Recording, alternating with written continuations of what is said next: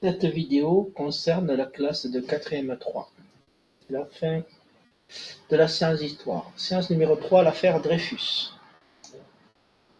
Après une succession de régimes politiques très divers entre 1815 et 1870, la Troisième République réussit à s'installer de façon plus durable en France et parvient à mettre en place des valeurs, des principes et des symboles qui restent encore aujourd'hui les fondements essentiels de la République française.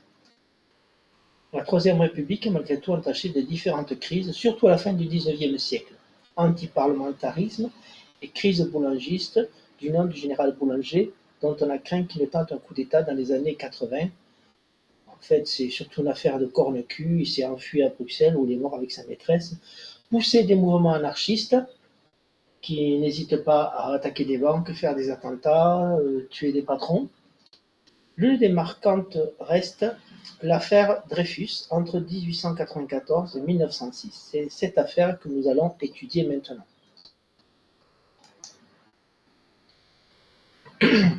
Alors, 1894, arrestation et emprisonnement du capitaine Dreyfus accusé d'intelligence avec une puissance étrangère. En gros, intelligence, espionnage, renseignement. Jugé par un tribunal militaire à huis clos, c'est-à-dire sans spectateurs, il est reconnu coupable et condamné à la dégradation militaire et à la déportation sur l'île du Diable en Guyane. Vous voyez cette dégradation sur la une du Petit Journal. 1895, Dreyfus est dégradé. En 1996, le véritable espion est découvert, mais un commandant, le commandant Henry, produit un faux qui accable Dreyfus. Donc on falsifie des preuves. 1898, le véritable espion est acquitté. Le commandant Henry reconnaît ses torts. Émile Zola publie dans l'Aurore son article « J'accuse ». Le garde des Sceaux, c'est-à-dire le ministre de la Justice, demande la révision du procès de Dreyfus. En 1999, second procès de Dreyfus, condamné à nouveau à 10 ans de prison. Dreyfus est finalement gracié par le président de la République. Donc gracié, on vous libère, mais la peine est confirmée. Ça ne fait pas disparaître la condamnation en comparaison de l'amnistie. Et en 1906, Dreyfus est réhabilité, donc on lui rétablit dans ses droits, reconnu innocent et réintégré dans l'armée. La nationalité, le métier et la religion de Dreyfus. Donc Dreyfus est un capitaine de l'armée française, un militaire donc. Il est français et de religion juive. Il est originaire d'Alsace. De quoi est-il accusé? De trahison au profit d'une nation étrangère. En l'espèce, c'était l'Empire allemand. À quelle peine est-il condamné? À la dégradation et la déportation sur l'île du Diable en Guyane, donc là où se faisaient les travaux forcés. Et l'île du Diable, comme son nom s'indique, ce n'est pas un endroit très très agréable à vivre. Comment est symbolisée sur l'illustration cette condamnation? Donc on assiste à la dégradation de Dreyfus, on lui arrache tous ses galons et on brise son sabre devant les militaires qui sont au garde à vous. Quel nom le Petit Journal utilise-t-il pour désigner Dreyfus? Il le désigne comme le traître. Vous le voyez en bas.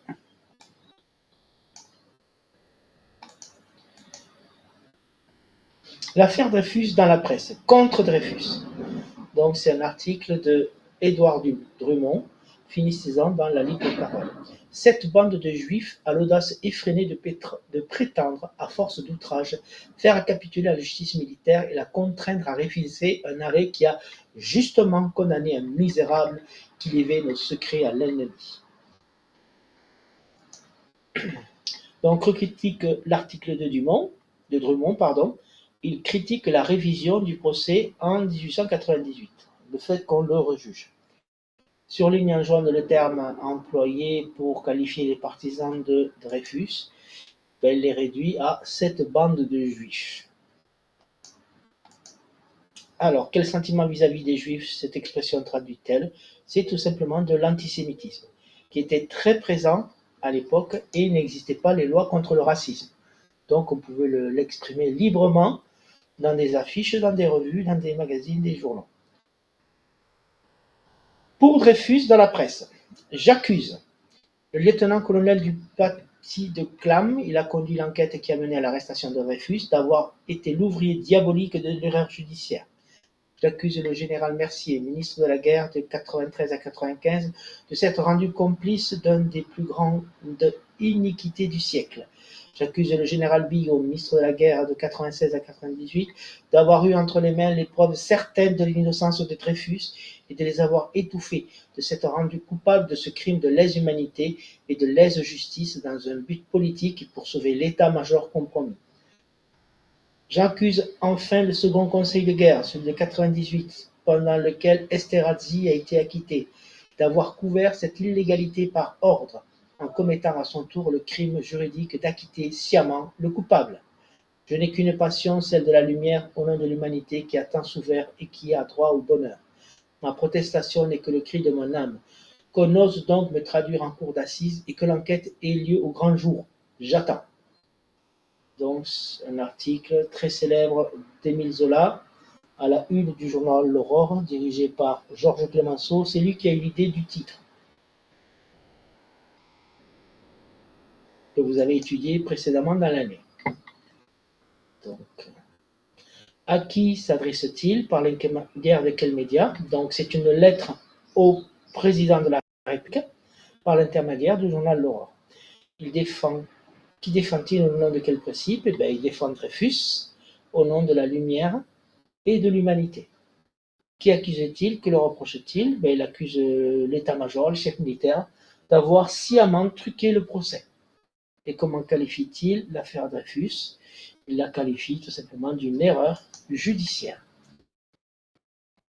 De une, la libre parole de Drummond, voilà, et en face, Dreyfus est innocent. Donc, le siècle, deux journaux avec deux idées opposées. Qu'est-ce qui oppose ces deux affiches? Ben, c'est la position par rapport à Dreyfus. Le premier est anti-Dreyfusard, la libre parole, et l'autre est Dreyfusard, c'est-à-dire il est favorable à Dreyfus.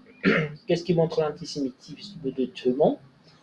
Ben, c'est le mot traître pour qualifier Dreyfus, et ensuite abat les juifs, donc ce qui est un appel aujourd'hui au meurtre, ce qui serait bien sûr condamnable par les tribunaux. À l'époque, c'est la liberté de la presse qui est très récente, de 1881, donc il a le droit de s'exprimer même si ces termes sont orduriers, racistes et antisémites. Comment est faite l'affiche du journal Le Siècle? Donc vous avez un portrait central de Dreyfus et ensuite, tout autour, vous avez des gens qui l'ont soutenu, qui l'ont aidé, et vive la France, vive la République, vive l'armée, la bonne, hein, pas celle qui accuse Dreyfus, et abat les traîtres, donc ceux qui l'accusent. Donc c'est un militaire et entouré de civils, voilà.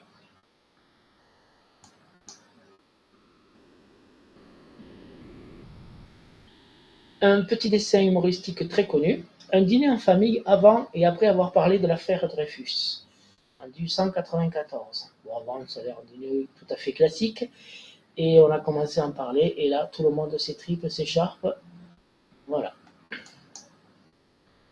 Donc, que provoque l'affaire Dreyfus à cette famille? Ben, c'est une bataille entre les Dreyfusards et les anti-Dreyfusards, et au-delà de la situation dessinée par Carandache, que provoque donc l'affaire Dreyfus en France, de graves divisions et de graves discussions pouvant aller jusqu'à la violence. Alors, d'un point de vue général, les gens qui étaient plutôt à gauche étaient pour Dreyfus et les gens plutôt à droite étaient contre Dreyfus. Mais il y a toujours des exceptions, hein. Les gens de l'extrême gauche étaient anti-Dreyfusards parce que, eh bien, il était juif. Et donc, il y avait cette idée que les juifs, c'était eux qui réussissaient bien grâce au capitalisme, c'est eux qui avaient de l'argent, ils étaient riches, donc on était contre lui. Et pareil, on pouvait être de droite et aussi favorable à Dreyfus. Comme toujours, il n'y a pas du tout blanc, du tout noir, c'est des nuances de gris. La petite trace écrite, l'affaire Dreyfus. L'affaire Dreyfus a profondément marqué la fin du XIXe siècle, à tel point que l'on rencontre souvent une majuscule au mot affaire. Elle a provoqué d'importantes fractures dans les partis politiques, dans l'opinion, dans la presse et même au sein des familles. La presse, qui a joué un rôle de premier plan dans cette affaire, a même dû faire face à des scissions internes. Exemple, la Dépêche de Toulouse, par exemple, d'un journal anti-Dreyfusard, mais l'une de ses grandes plumes, Jean Jaurès, est Dreyfusard. Et c'est aussi le journal de gauche. Voilà, mais qui est contre. Malgré tout ce battage médiatique, les Français sont-ils vraiment concernés? Les études montrent que les citadins le sont davantage que le monde rural, qui reste plutôt indifférent. Cette dramatique affaire baigne dans l'irrationnel, l'espionnite, le mystère, le trucage. Huis clos du premier procès, pas de spectateurs. Usage de faux, magouille, elle reflète le climat particulier de l'époque dans lequel antisémitisme et nationalisme se rejoignent.